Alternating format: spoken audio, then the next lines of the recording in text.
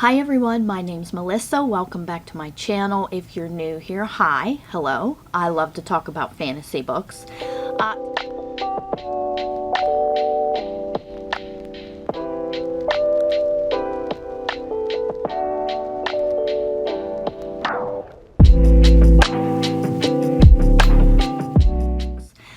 Today's video is an extra TBR video for this month.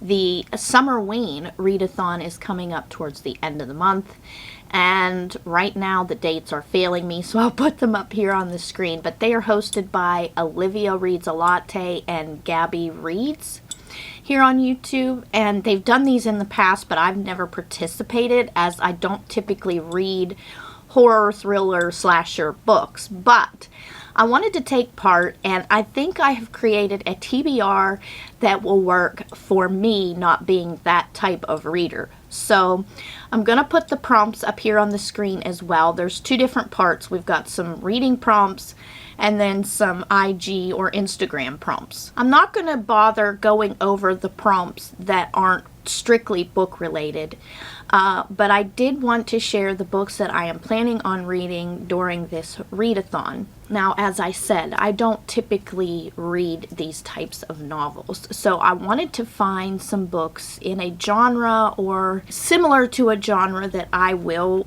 and enjoy reading. So let's see how I manage to get this done. So one of the prompts, and I may not be doing these in order, I don't have them up in front of me on the screen. Can we tell that I haven't prepared properly for this video? Side note, you're getting a different view of my room, and I apologize for that as well. I've basically shat around this weekend, and instead of filming during daylight hours, here we are. It is 7 o'clock at night, and it's starting to get dark outside already. So I am doing some filming with some artificial lighting. So y'all need to tell me in the comments if I managed to make this work. For the first prompt, and I believe this is even the first prompt listed on the reading prompts, we are to read a book that has Halloween colors on the title. So for this one, I have picked a book that I have been wanting to pick up for quite a while now, and that is The Face of Deception by Iris Johansen. Now, this is an older book. This was brought out, I believe, in like the late 90s. Yeah, 98.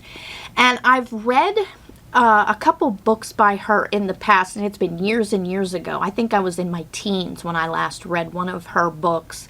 And this is a long series. I don't know exactly how many books, but there are quite a few. And they are called the Eve Duncan Novels. And if you can see on the cover here, this is the first one. So I thought it'd be interesting to go back and read these in order from the beginning. So I have the first book here, and basically we follow Eve Duncan, who is a forensic pathologist, I believe. Is that the right title? But basically what she does is she will rebuild faces. She gets skulls sent to her by various police force, the FBI, and she reconstructs these faces in order to try to help people identify the skulls and or these people that have been found murdered. So in the first one, it says, after her beloved daughter vanishes, Eve Duncan survives by immersing herself in her work. The best in her elite field at rebuilding faces from fragments of skull bones, she helps put a name to a face to identify missing children. It is Eve's way of coming to terms with her personal nightmare. But more terror lies ahead when she accepts a job from billionaire John Logan. Beneath Eve's gifted hands, a face begins to emerge from the skull he has given her to reconstruct, a face that no one was ever meant to see. Now Eve is trapped in a web of murder and deceit as powerful enemies rush to cover up the truth, determined that their secrets go to the grave, even if Eve gets buried with them. So Iris Johansen typically writes stories that deal with political intrigue and murder. There's suspense, there's a thriller aspect to this, and it is probably the closest thing you will come to true crime as far as fiction.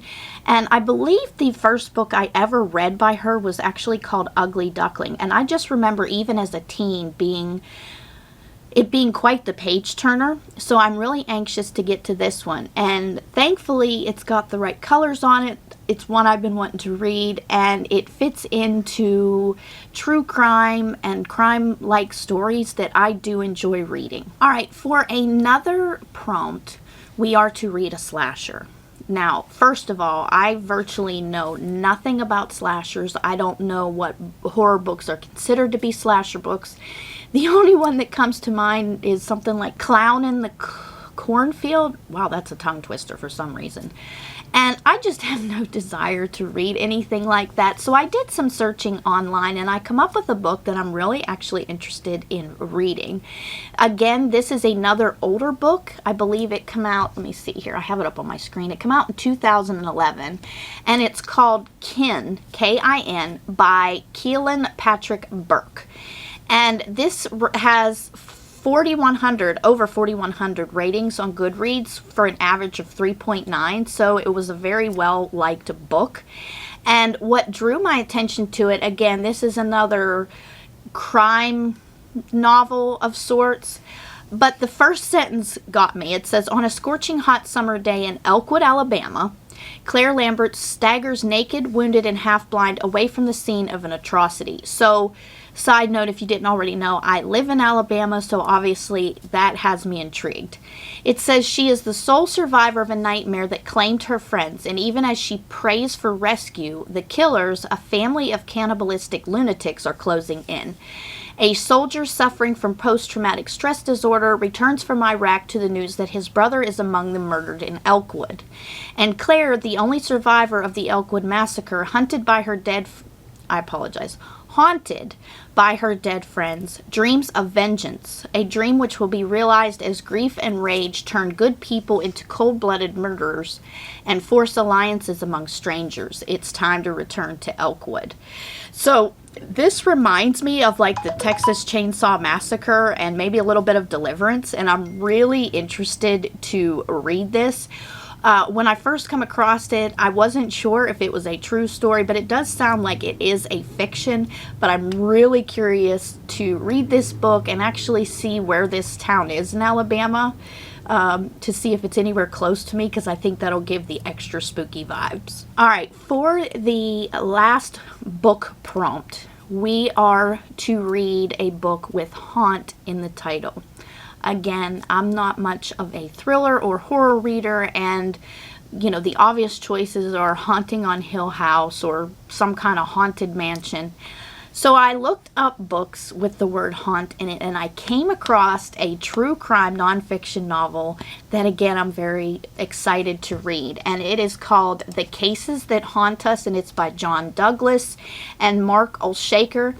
If you're not familiar, John Douglas is the one that used to do America's Most Wanted on TV way back in the day. So this book actually came out in 2000. So again, it's another book, and it touches on different cases throughout history that have really haunted the police, the FBI. Some have never really been completely solved. In fact, I think maybe a lot of these aren't. But in reading the synopsis, it looks like we hit on Lizzie Borden, Jack the Ripper, and one that I'm really intrigued is who killed John Benet Ramsey. So if you're in the U.S., I think everybody has heard of the John Benet Ramsey. It was a little girl that was found murdered, and I'm really interested to see what this is about. It says The Cases That Haunt Us not only offers convincing and controversial conclusions, it deconstructs the evidence and widely held beliefs surrounding each case and rebuilds them with fascinating, surprising, and haunting results.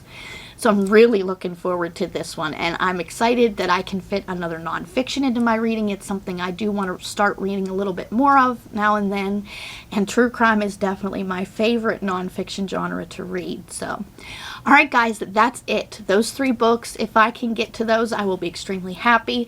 I look forward to joining everyone else on this Summerween readathon. Let me know in the comments below if you are planning on joining in on this readathon. What books are you going to be reading? And have you read any of these books that I mentioned? And if you have, let me know what you think. So that's it for today's video. I hope you liked it. I hope I found maybe some alternatives to the horror thriller genre that some of us just don't read a lot of, maybe these books will be of interest to you. So, alright, until next time, guys, if you like this video, please give it a thumbs up, subscribe if you haven't already, and I will see you in my next video. Bye!